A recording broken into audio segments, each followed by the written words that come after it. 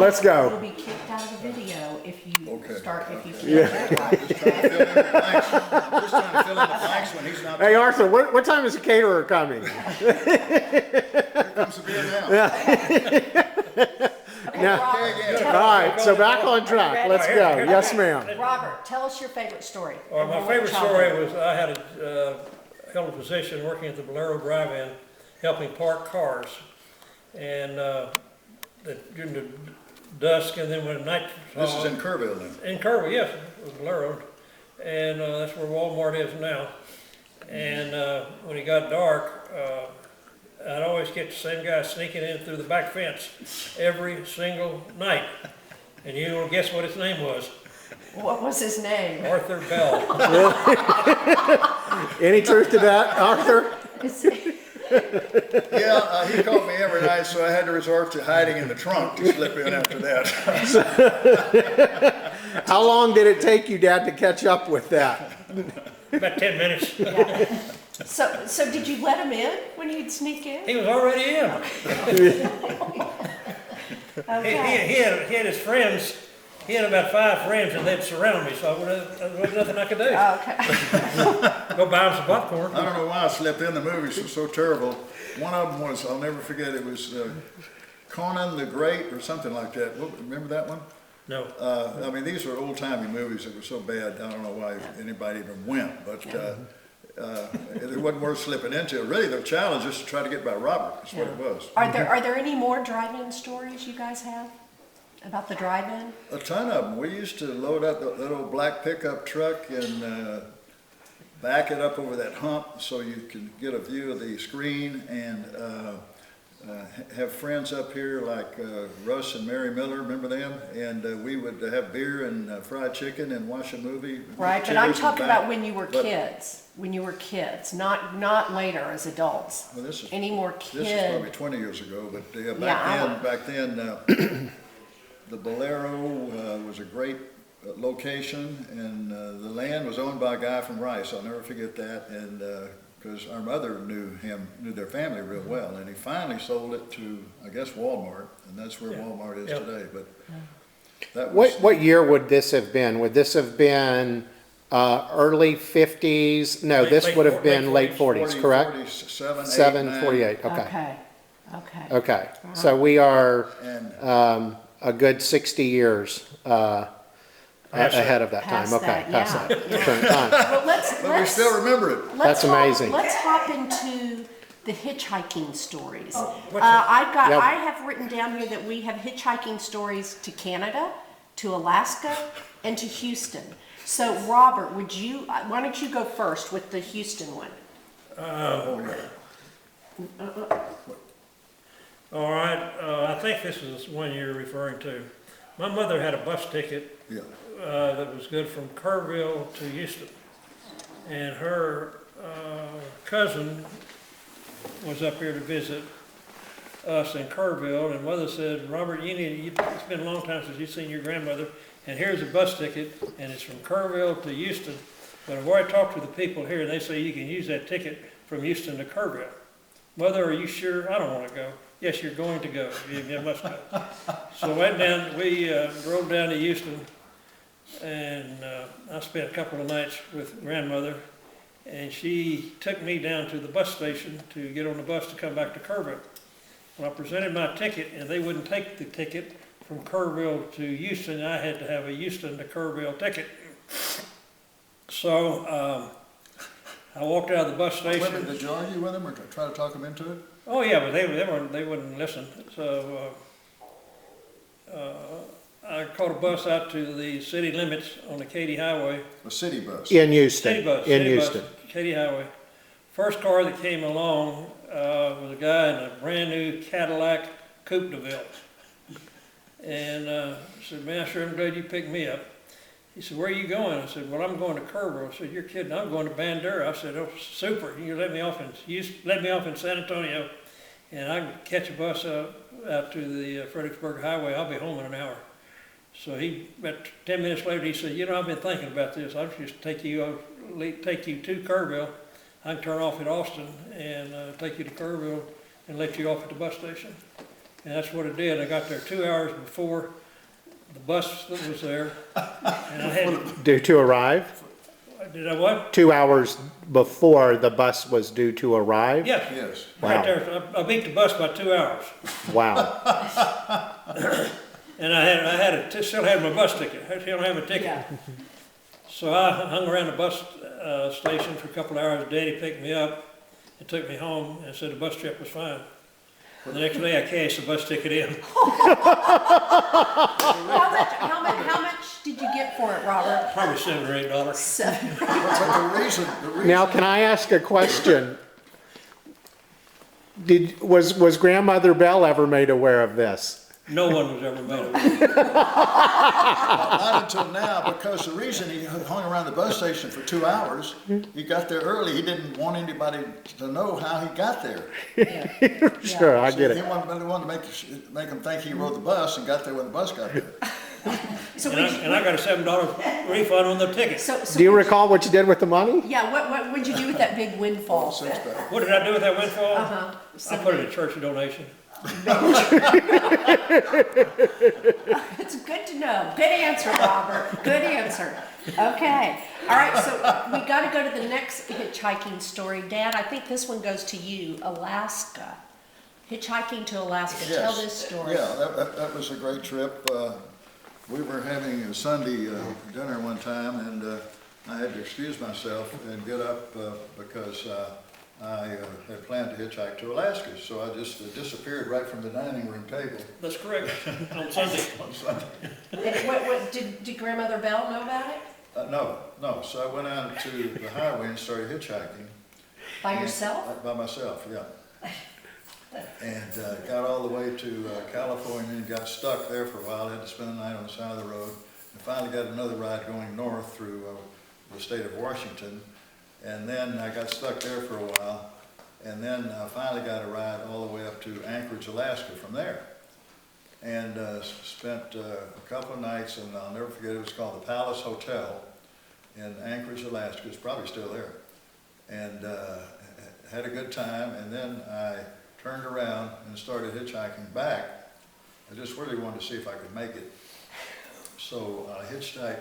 I bought a suit. I bought a used suit so I'd get picked up quicker. In Alaska?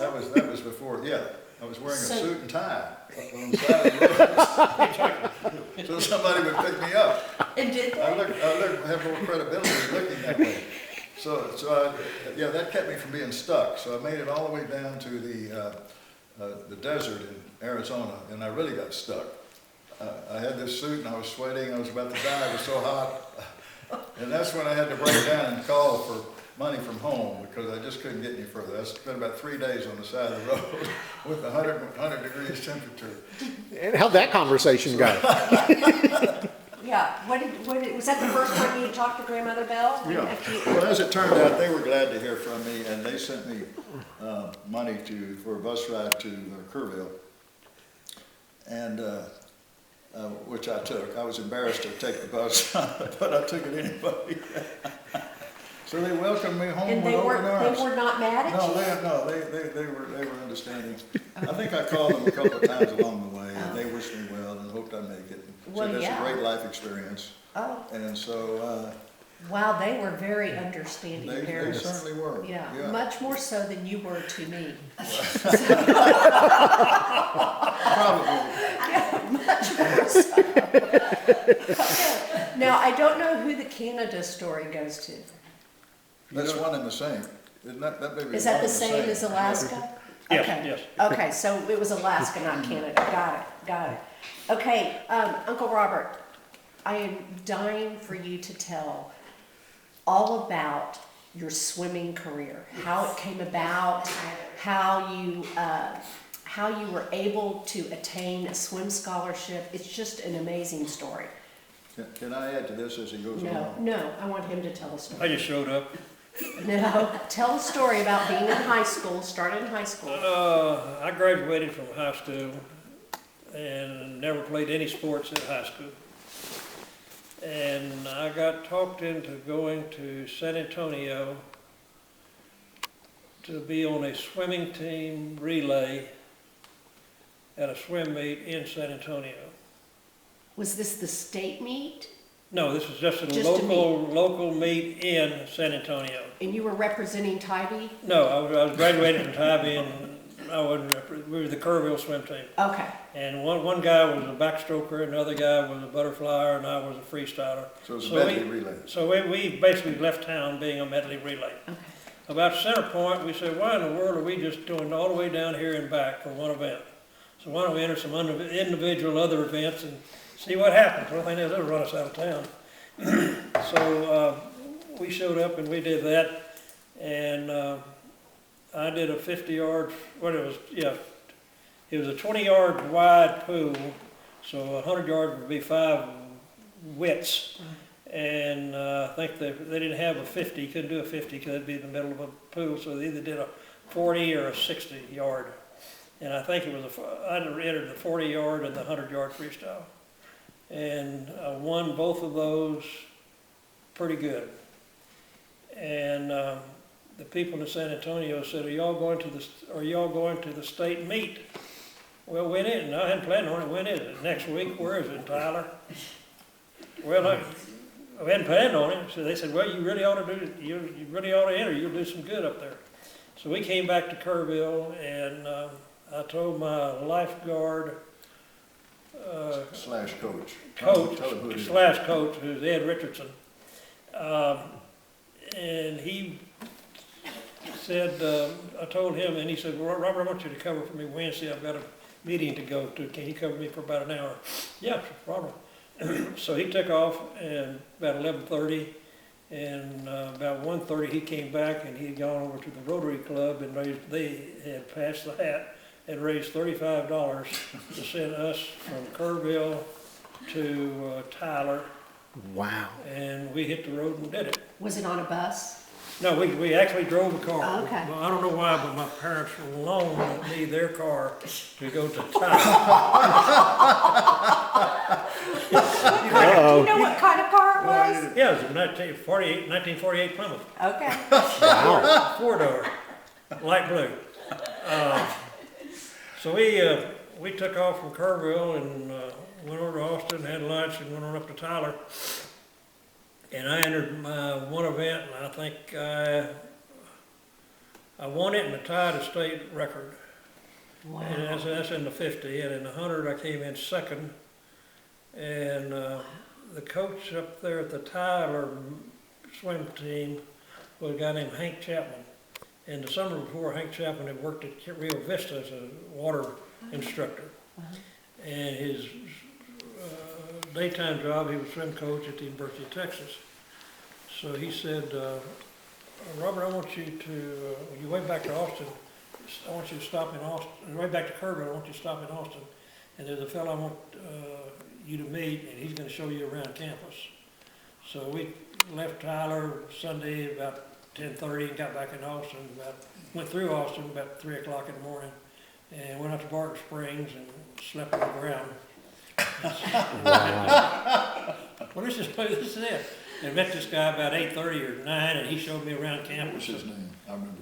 Bill Hoff. Bill Hoff. I know. And then we got back on the boat, back in the car and drove on back to Kerrville. And then one night in August, I went to other swim meets throughout the state that summer. And in August, my mother took everybody to Washington, D.C. to explore the nation's capital. But I told her I couldn't go because I'm waiting to see what's going to happen here on this swimming situation. And while they were gone, I got a call one night from the swimming coach in Texas offering me room, board, books, and tuition. And laundry. And laundry. Wow. And so I said, all right, I'll see you over there. So 3 or 4 days later, I hit the road with Arthur, and it's tight over there and back. And so you swam for UT? Yeah. Tell them about the letter from 4 years. the SMU coach. Oh yeah, Ed Richardson was the co-lifeguard with me, and He was in my class, but he was a lifeguard, but he also could coach him. And Ed was on a track scholarship to SMU. And Ed called the SMU swim coach and said, there's a guy down here you really ought to solicit, because he's really good. His name's Robert Bell, address 313 Circle Drive, Kerrville, Texas. Well, this coach for SMU is in the process of leaving town, going on vacation. By the way, he was really well known. His name was Red Barr, I think. And, Yeah, Red Barr. and SMU always had one of the top swim teams in the nation. Go ahead. So he wrote me a letter and addressed it to Robert Bell, 313 Circle Drive, Kerrville, Pennsylvania. Oh, no. So you never got it? I never got it. It came back to him 3 weeks So- later. So darn, you were stuck going to University of Texas Yeah, instead that's of SMU. Yeah, it's Wow. Wow. And so how many years did you swim at UT? 4. 4 years. That is awesome. That is awesome. When was the last time you went swimming? I don't know, yesterday probably. Well, that is awesome. And what was It's a your remarkable greatest swim accomplishment at college? I really don't know. Okay. But that was after the days of, or Before the days, Like, yeah. like your daughter Haley. out of the water Yeah. 2 weeks out of the year. Yeah, Did y'all swim year round like that? Heavens no. yeah. We swam 2 weeks a year. Yeah, that's amazing. Wow. No, we didn't. No, it was nothing like it is now. Yeah, but that's awesome. Yeah. That's I think awesome. he's Masters. When I lucked out. Yeah. Masters, ask him about Masters. And when you got done, did you swim masters as an adult? Yes, Yeah, I did. I've come and gone with Masters. No, his master participation consisted of doing the polar bear plunge at Mo Ranch. okay. Have you done that, Robert? Yes, I've done that. Have you done it with Dad? Yes. Okay. Once. Once? And that was enough for you, right? I got sober after that. Yeah. Dad, how many times have you done the polar bear plunge? About 16 straight times. Yeah. Non-stop. Wow. Why? It's a challenge to see if you can make it, and it's a challenge to go out there and do it, and it keeps you young. And it's great camaraderie among the plungers. Last year they had 90 some odd plungers do Good it, night. and it's a fundraiser for charities. And charity, it rotates each year to a different charity. Well, speaking of camaraderie, I want to take you back to your high school days at Tybee. I think, did you play football at Tybee? Okay, and I want to take Football, you back to basketball, one. and track. I want to take you back to one of your classes, specifically your music Oh, class. my major, yes. Yeah, no, it wasn't your major. Tell us, I've sat next to you in church and listened to you sing. Music is not your major. So I'd like you to share the story of your music class for all of the Okay. generations to come. Okay, yeah, music was an elective, but all the football players were in there because it was a snap course. You're familiar with those, aren't you, Robert? Can you take Bible? Vaguely, yes. That's a story in itself. Okay, Remind me. let's stick to the music story. Okay. But this guy, he was a nice guy. He was a good choir director and everything. He had a good sense of humor. But the football team, we decided that we were going to gang up on this guy and throw him out the window. Why? I cannot recall why. Can you, Robert? No, I wasn't in that- I wasn't in I that know you class. know the story, but there was some reason that he was so strict and made you actually sing and sound good, and that completely rubbed all the football team the wrong way. Did you throw him out the window? or did- No, what happened is we all ganged up on him, picked him up, and hung him out the window, which is worse than being thrown out of the window. Did you hang him upside down? By his feet, upside down. For how long was he upside down? About 5 minutes, just before the fire department got there. Were you arrested for that? And so we lifted him back in, and we all had a big laugh about it. That was it? And nothing ever happened. I mean, There was no element of no discipline? there was no No action? Nobody knew about it. See, it was all contained in the music room, and so which is still there today, I think.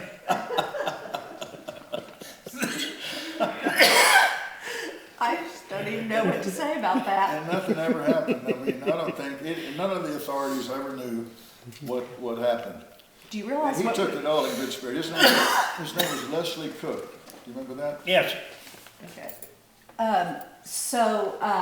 You realize if that happened today, what would happen? No telling. Yeah. Yeah, I mean, Yeah, we'd all be in jail. yeah. Okay, go ahead. Well, we did things that were just right on the edge of staying out of jail. We'd never break the law, but we'd do right up to the edge of breaking the law. Okay, that's interesting. Today, you would have been thrown in jail if you didn't know. The laws have changed. Yeah, gotten they more have. strict, yeah. They have. Arthur's never slipped into a movie. Yeah. That's what it's- Okay, Uncle Robert, I got a. Can we take just a break real Yeah. quick? Okay. Okay. Y'all can keep talking, but we're just gonna, I'm gonna ask. Linda, are you okay? Do you have a cold?